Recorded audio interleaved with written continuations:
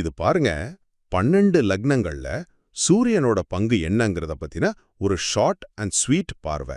ஜோதிஷத்துல சூரியன் ஒரு ஹீரோ மாதிரி இல்லையா? ஆனா நீங்க பிறந்தப்போ உங்க லக்னம் எதுவா இருந்துச்சோ அதை பொறுத்து அதே சூரியன் உங்க வாழ்க்கையோட வெவ்வேறு விஷயங்களை எப்படி மாத்துறாருன்னு இந்த சோர்ஸ் சொல்லுது. ரொம்ப இன்ட்ரெஸ்டிங்கா இருக்கும் பாருங்க. சரி, முதல்ல புரிஞ்சிக்க வேண்டியது லக்னத்தோட முக்கியத்துவம். நீங்க பிறக்கும்போது கிழக்குல உதிக்கிற ராசி தான் உங்க லக்னம். இதுதான் உங்க ஜாதகத்தோட பேஸ். எல்லா ஜோதிட கணிப்புக்கும் ஸ்டார்டிங் பாயிண்டே இதான். அடுத்ததா சூரியனோட பவர் எப்படி மாறுதுன்னு பார்க்கலாம்.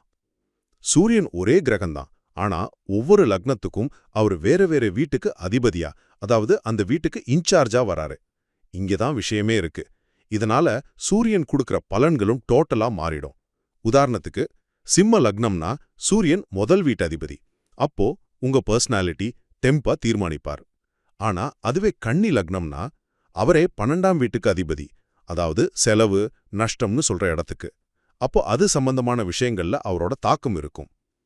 விருச்சிக லக்னமா இருந்தா 10ஆம் வீட்டுக்கு அதிபதியாகி உங்க தொழில் கௌரவத்தை முடிவு பண்ற சக்தியா மாறுறாரு.